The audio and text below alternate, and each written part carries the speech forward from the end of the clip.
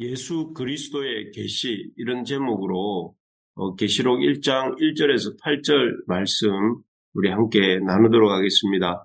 우리가 교회사를 이렇게 살펴보면 교회 역사를 다루고 있는 교회사를 살펴보면 수많은 거짓 가르침과 이단들이 있습니다.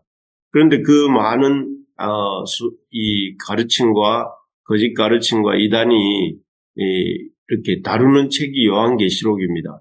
요한계시록을 잘못 해석하거나 마음대로 해석하여서 이단이나 거짓 가르침이 등장하는 것입니다. 그렇기 때문에 우리는 이 요한계시록을 바르게 살펴볼 필요가 있습니다.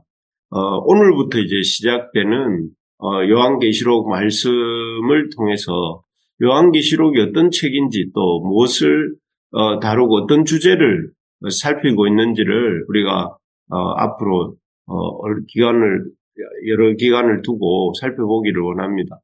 먼저 오늘은 그 요한계시록의 서론적 성격을 가지고 있는 본문인데요. 오늘 본문을 통해서 이 요한계시록의 주제와 또 발신인, 수신인, 또 그 다루고 있는 내용들에 대해서 이렇게 요한이 간략하게 밝히고 있습니다. 먼저 요한이 밝히고 있는 이 사도 요한이 밝히고 있는 요한계시록의 주제는 예수 그리스도입니다. 그래서 우리 1절을 제가 읽어보드리면 예수 그리스도의 계시라 이는 하나님이 그에게 주사 반드시 속히 일어날 일들을 그 종들에게 보이시려고 그의 천사를 그 종 요한에게 보내어 알게 하신 것이라 이렇게 되어 있습니다. 이 첫 문장이 예수 그리스도의 계시라 이렇게 시작이 되고 있습니다. 그러면서 이 예수 그리스도의 그 계시가 이제 앞으로 이 요한계시록을 통해서 드러날 것인데 그 내용은 하나님이 그에게 주사 반드시 그는 예수님이죠. 예수님을 통해서 이루시게 될 속히 일어날 일들을 그 종들에게 보이시려고 이렇게 그 적어가는 내용이 요한계시록이다 이 말씀입니다. 참 계시가 이제 여기 그 순서를 보면 그 예수님의 그리스도의 계시는 어떤 것이냐면 하나님이 그리스도에게 주시고 또 그리스도께서 그 일어날 일들을 또 이 천사를 통해서 이렇게 그 종 요한에게 알게 하시고 또 요한은 그렇게 들은 하나님의 이 예수 그리스도에 대한 계시를 기록한 책이 계시록이다 이렇게 되어 있죠. 그래서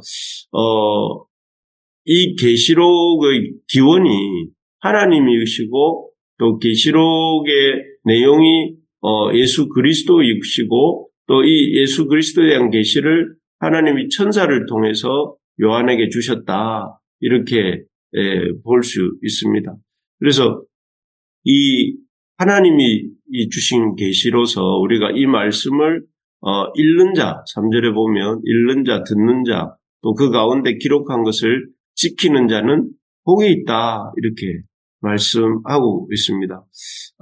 참 여기서 우리가 깨닫게 되는 것은 이 앞으로 일어날 세상 일들이 하나님이 이 그리스도에게 주신 계시대로 일어날 것이다.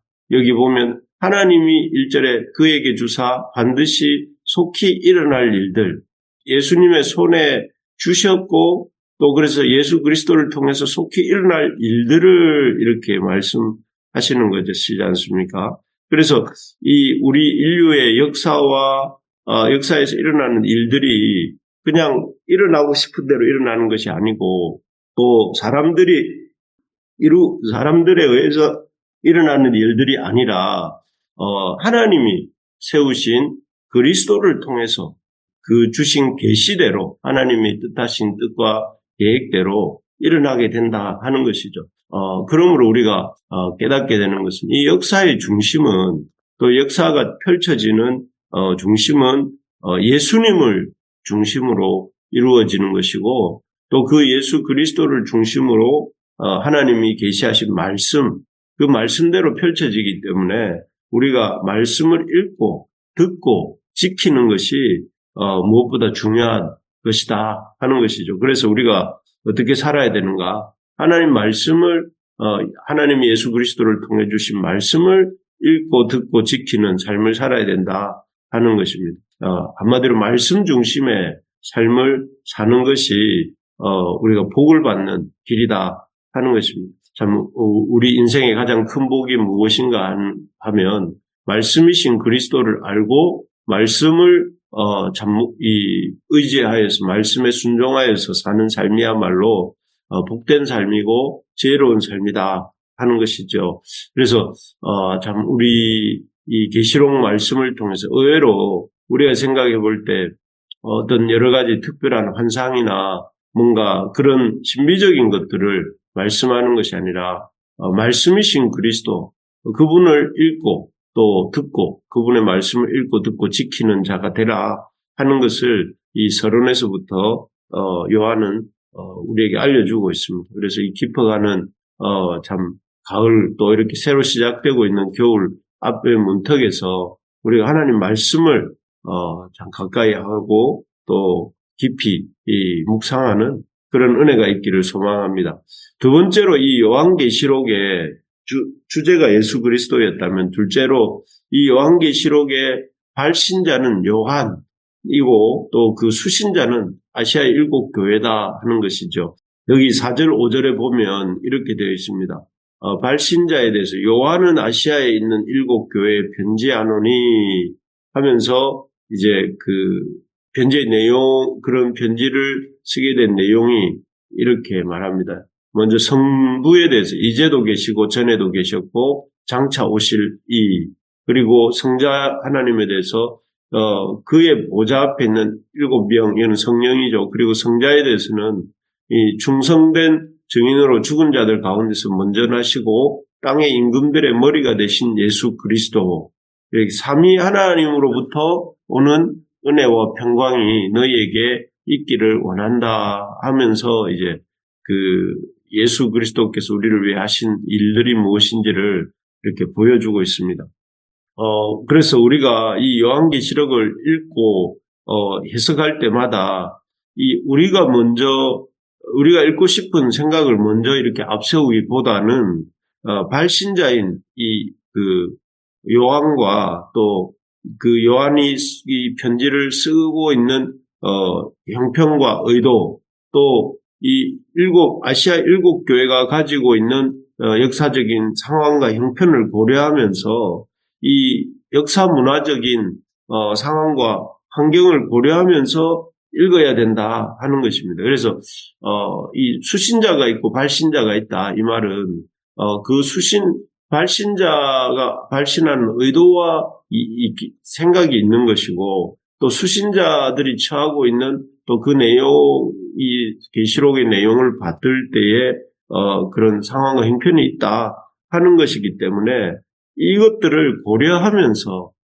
이렇게 읽어야 된다 하는 것이죠. 그래서 계시록의 말씀을 읽을 때는 하나님의 계시라는 측면과 더불어서 이 계시록의 수신자와 발신자가 갖고 있는 정황들을 이렇게 살피면서 참 1차적으로 하나님이 그들에게 주셨던 말씀의 의미가 무엇인지를 잘 생각하고, 또 그리고 그 속에서 우리와 하나님이 그 핵심 메시지를 통해 오늘날 우리에게 주는 의미가 무엇인지를 곰곰이 따지면서 우리가 말씀을 숙고해야 된다 하는 것입니다.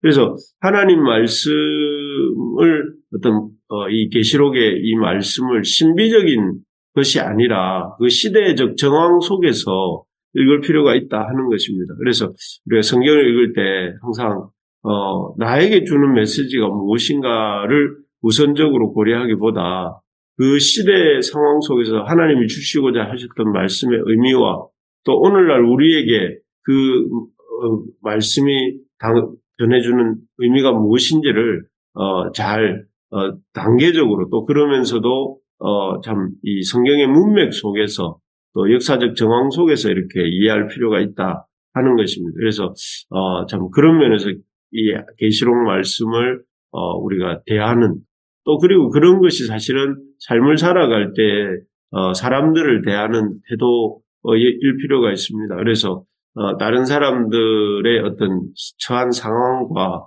또 그런 상황 속에서 그들이 갖고 있는 어려움들이 또는 그들이 갖고 있는 상태들에 대해서 이해하고 또 그런 것들을 또 고려하면서 우리가 대하는 이런 것들이 우리에게 필요하다는 것입니다.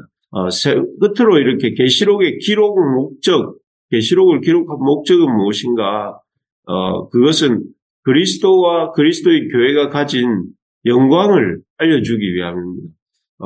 먼저 교회의 영광인데요. 우리 좀 전에 읽었지만 5절에 보면 교회의 영광은 이렇게 말하고 있습니다. 5절 후반절에 보니까 5절 후반절과 6절에 보니까 이렇게 우리를 사랑하사 그의 피로 우리 죄에서 해방하시고 그의 아버지 하나님을 위하여 우리를 나라와 제사장으로 삼으신 그에게 영광과 능력이 세세토록 있기를 원하노라. 아멘. 이렇게 되어 있습니다. 여기에 보면 교회는 마치 하나님께서 그 이스라엘을 애굽에서 해방시켜서 이 시내산에서 언약을 맺으시지 않습니까? 맺으시고 제사장 나라로 삼으셨습니다. 마찬가지로 이 예수님은 이렇게 말을 하고 있죠. 그의 피로 우리 죄에서 우리를 해방하시고 그의 아버지 하나님을 위하여 우리를 나라와 제사장으로 삼으셨다 이렇게 되어 있습니다. 이스라엘을 애굽에서 해방시키시고 그의 언약을 맺으시고 제사장 나라로 삼으신 것처럼 예수님은 우리를 사랑하사 이 애굽 죄에서 해방시켜서 제사장 나라, 영광스러운 제사장 나라 교회로 세우셨다 하는 것입니다. 그래서 이 제사장 나라와 같은 존재가 하나님의 백성들이고 하나님의 자녀들이다 이렇게 말을 하는 것입니다. 그래서 교회가 겉보기에는 소수에 불과하고 당시에 그랬습니다. 소수에 불과하고 또 아주 약하고 보잘것없어 보일 수 있습니다. 그 시대도 그랬고 오늘날 우리가 살고 있는 시대에도 진짜 하나님의 교회가 이렇게 소수에 불과하고 약하고 보잘것없어 보일 수 있습니다. 하지만 실상은 온 세상을 하나님 앞에서 대표하는 또 온 세상을 하나님께로 이끌어가는 그런 제사장과 같은 나라가 교회라는 것입니다. 그래서 우리가 볼 때는 우리가 소수인 것 같지만 하나님은 우리를 나라와 같이 보시고 하나님은 우리를 제사장과 같이 보시고 또 실제가 그렇다 하는 것이죠. 그렇기 때문에 우리가 이 교회야말로 하나님 앞에서 온 세상, 온 인류를 책임지는 존재다 하는 그런 분명한 정체성을 가지고 또 자랑하는 자부심을 가지고 우리가 우리의 삶을 또 우리 교회를 섬기는 일을 해나가야 된다 하는 것입니다. 이런 눈이 저와 우리 모두에게 있기를 간절히 소망합니다. 또한 그리스도의 교회가 하나님의 백성들이 어떤 영광을 가졌는가요? 아울러서 그렇게 우리를 그리스도의 백성 삼으시고 또 교회 삼아 주신 그리스도의 영광에 대해서도 이제 7절, 8절에서 얘기합니다. 이 7절에서 보면 볼지어다 그가 구름을 타고 오시리라. 각 사람의 눈이 그를 보겠고 그를 찌른 자들도 볼 것이요 땅에 있는 모든 족속이 그로 말미암아 애곡하리니 그러하리라. 아멘. 주 하나님이 이르시되 나는 알파와 오메가라. 이제도 있고 전에도 있었고 장차 올 자요 전능한 자라 하시더라. 예수님은 고난을 받고 십자가에 돌아가셨습니다. 그래서 그 예수님의 십자가 고난을 생각해 볼 때 참 고난 속에 돌아가셨구나 이렇게 생각을 하고 참 마음이 참 죄송하고 고맙고 그렇죠. 그래서 그 예수님의 어떤 돌아가심과 승천하심을 통해서 이 땅에는 주님이 안 계신 것 같이 생각할 때가 많지만 그러나 이 오늘 계시록에서는 계속해서 성부, 성자, 성령, 삼위 하나님 중에서도 성자 예수님에 대해서 약간 더 집중하는 이런 모습을 볼 수가 있습니다. 그래서 1절에 보면 아까도 말씀드린 것처럼 하나님이 그에게 이 역사에 대해서 계시를 주시고 또 반드시 그 일들을 속히 일어나게 하셨다 하고 예수 그리스도를 중심으로 이 역사가 이루어질 것에 대해서 말씀을 하십니다. 또 이렇게 5절에 보시면 예수님에 대해서 어떻게 소개하고 있느냐면 세상 임금들의 머리가 되시고 또 세상을 통치하신다 이렇게 되어 있고 7절 방금 읽은 데 보니까 머지않은 시점에 구름을 타고 다시 오실 것이며 또 이 8절에 보면 알파와 오메가 처음과 마지막 모든 것의 모든 것이 되시는 분이 예수님이다 이렇게 얘기하고 있습니다. 그렇습니다. 우리가 아마 이 계시록을 통해서 그 어떤, 것보다도 이 삼위 하나님, 특히 우리 예수 그리스도에 대해서 깊이 또, 아주, 참 입체적으로 또 많이 묵상하게 되는 시간이 될 것 같습니다. 그래서, 바울 같은 이는 이 예수 그리스도를 아는 것이 세상의 그 어떤 것보다 귀하다고 하면서, 참 예수 그리스도를 얻기 위해서는 세상의 모든 것을 배설물처럼 여긴다고 이렇게 고백한 바가 있죠. 참 우리의 고백이 또한 그와 같기를 소망합니다. 우리가 믿는 주님이 어떤 분이신지, 우리가 믿는 삼위 하나님과 또 우리가 믿는 우리 성자 예수님의 우리의 구속주 되신 그분의 사역이 무엇인지를 깊이 알면 알수록 우리의 인생에 있어서 참으로 가치 있게 여겨야 될 것이 무엇인지가 이렇게 더 분명해지는 것 같습니다. 바라는 것은 우리 부르심의 가족들 모두에게 참 예수 그리스도의 참 그 놀라우심과 그 아름다우심과 그 깊으신